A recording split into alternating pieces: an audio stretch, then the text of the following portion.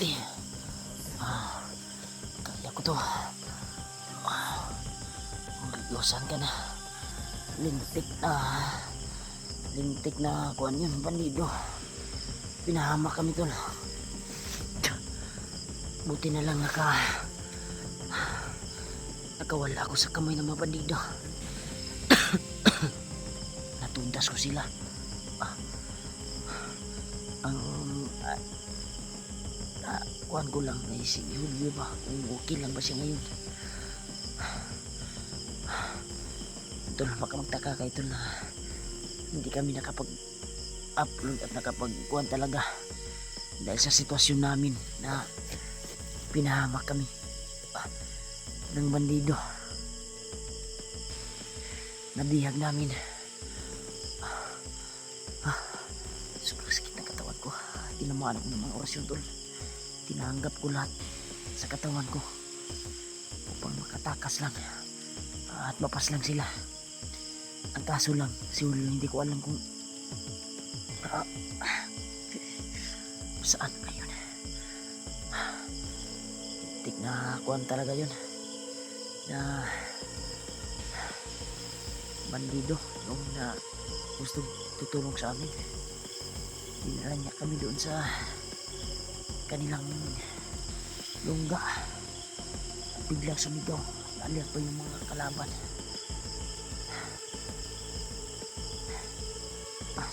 Sakit pa eh. Ugat eh. Masakit yung buwan ko tol. Yung buwan ko talaga masakit. Ito po yung update ko ngayon. Pasensya na po kayo na ngayon na ako nakapag-update dahil sa sitwasyon namin. Nakritikal talaga dahil sa bandido na nabihag namin at sabi niya tutulungan niya kami. Pero ito yung nangyari sa amin. Grabe. Sana okay lang si Julio tol. Wala namang mangyari sa kanya. Sobrang daming lumusob sa akin.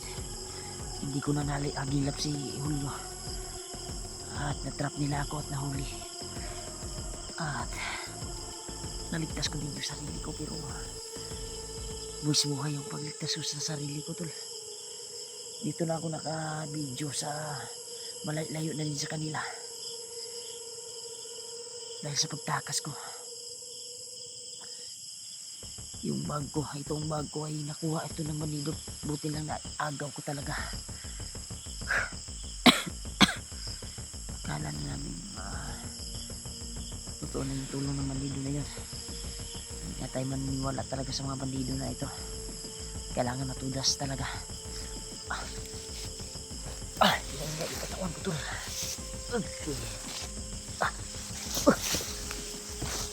Grabe.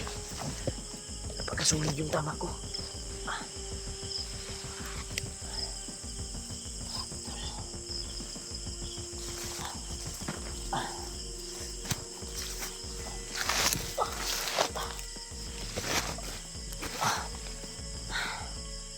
Kaya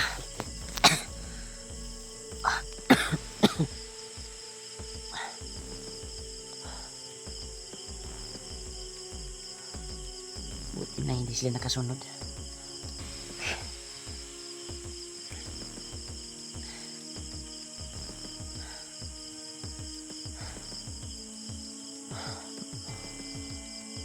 Grabe. Gusto lang si Julio. Sana okay lang si Julio tol. Hindi ko na talaga nagilap si Julio dahil sa dami ng bandido na sumalubong sa amin.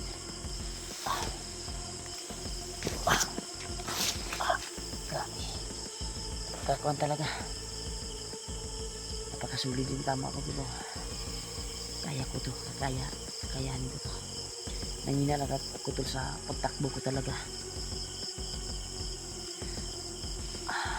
Ito, nag-video ko ngayon para may update din ako kung anong nangyari sa amin yun.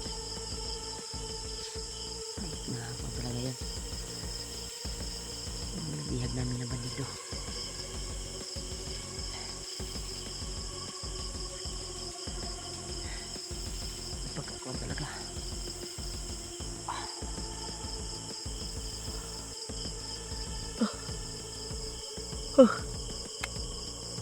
Akala ko katapusan ko na tol. Balak nilang tudasin ako at makuha ang bandana.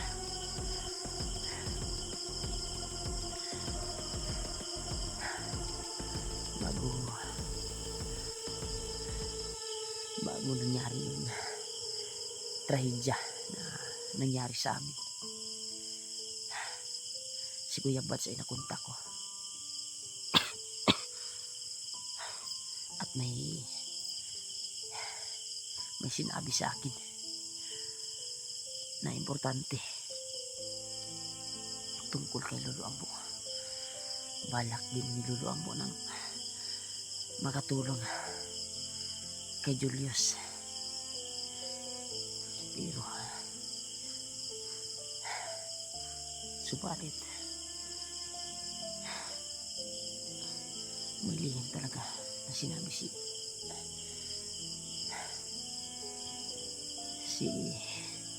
Kuya Bats sa akin. Buti lang nasagot ko din yung tawag niya at isa sa inabot niya na si Lolo Ambo din ay nangangailangan din ng alay upang makatulong kay Julius.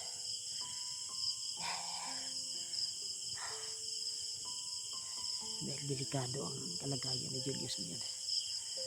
Hindi ko lang sasabihin na lahat-lahat na sinabi ni Kuya Bats tungkol kay Lolo Ambo.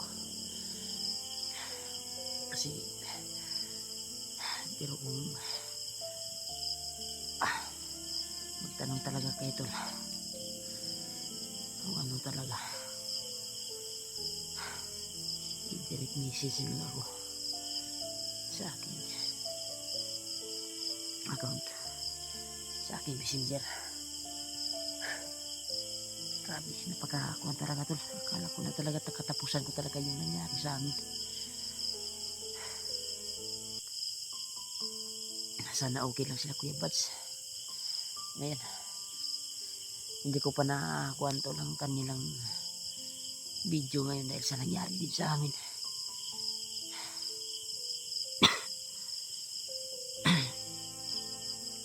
Sana si Kondol, sana si Julio okay lang siya. Ito talaga nangyari sa amin.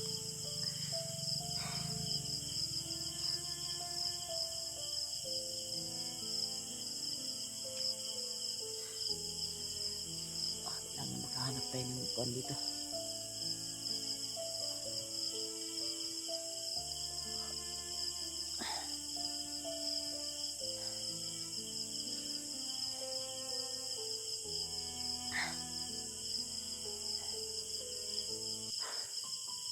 Kailangan din akong bababa tol dahil sa sinabi ni Kuya Bats sa nangyari kay Lolo Ambo.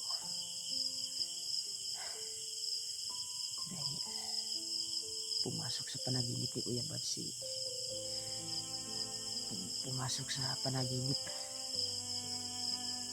si Lolo Ambo sa panaginip ni Kuya Bats at lihim na sinabi niya sa akin. Direct message niya lang ako talagang gusto niyo malaman dahil sabi niya para bahala daw sila na bahala mo sa mission ng kuan ng matulungan si Lolo Ambo. Kailangan talaga ng tulong.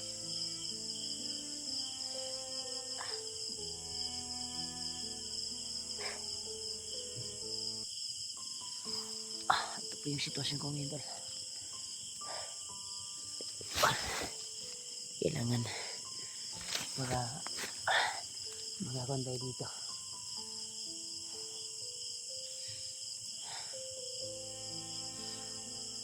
Magkalayo at magkakuan.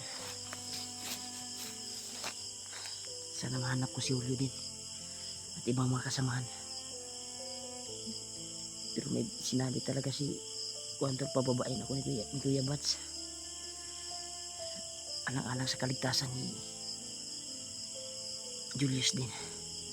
Si Lolo Ambo lang yung makakatulong sa amin.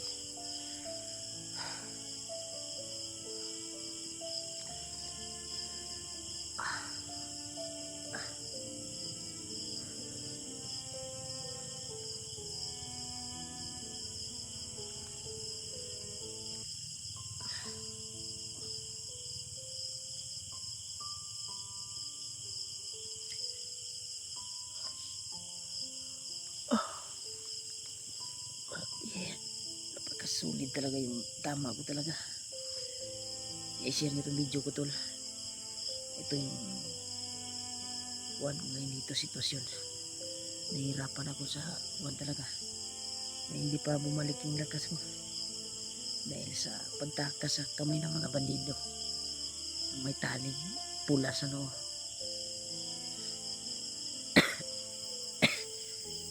Huwag kang mag-alala Kuya Bads.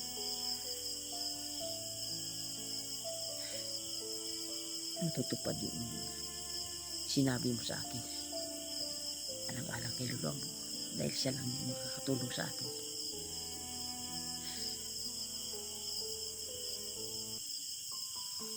Pero ang kaso,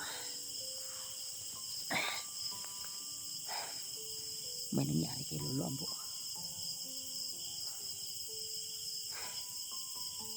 I-message nyo na lang ako tol kung anong nangyari.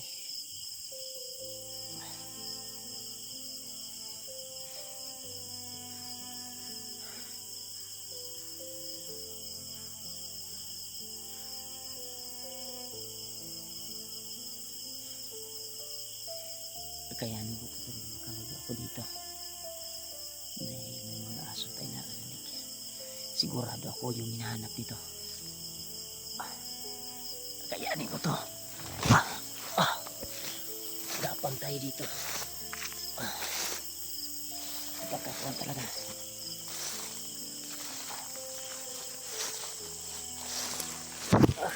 Agli.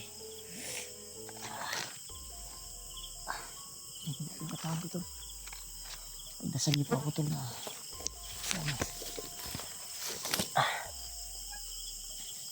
maayos yung kalagayan ko. At mahanap ko mga kasamaan ko.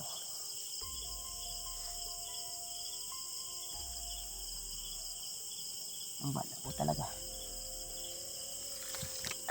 Dahil nag-usap na kami ni Kuya Bads. Natawagan niya ako. At may sinabi talaga sa akin tungkol kay Lolo Ambo. Yan, may aso na naman. Delikado talaga ako dito kapag makita ako dito. May aso tinarinig dito. Mas maganda ayoko itong flashlight ko dito. Hanap ako ng area talaga na pwedeng mapagkuhanan ko talaga. Kapag tambayan. Dahil makita ko dito. Hanap tayo ng damuhan ito na pwedeng makuhanan ko.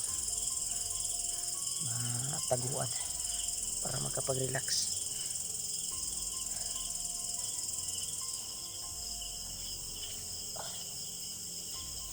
Grabe, napakasulit talaga. Pagaling muna ako. Gagaling yung sarili ko. Gagamutin ko ngayon. Sana ay mawala itong sakit na sa natamo ko na orasyon galing sa bandido. Malalakas din kasi yung lumusob sa akin. Mga may taling pula sa noo. Kaya iyop ko itong quantum flashlight. Hanap ako ng area talaga baka makakuhan tayo dito. Dahil may mamasin ngayon. Baka masilip yung ilaw natin. Iyop ko itong quantum. Yan. Naop ko na yung kuhan talaga. Flashlight. Hanap tayo ng pwede ng pagkuhan. Mapagdinahan natin at gamutin yung sarili natin.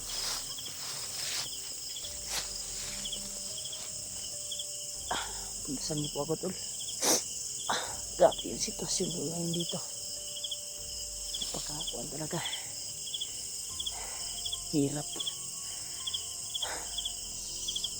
Sana makita ko si Julio dito. Hindi siya sapit yung umaga bukas. Hanapin ko siya. Sobrang dilim. Kailangan i-ikon yung upuan natin.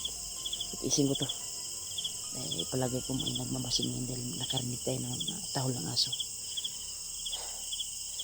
Pag-pray niyo po ako to na sana hindi ako mapahamak at makita nila dito. Dahil wala akong laban ngayon.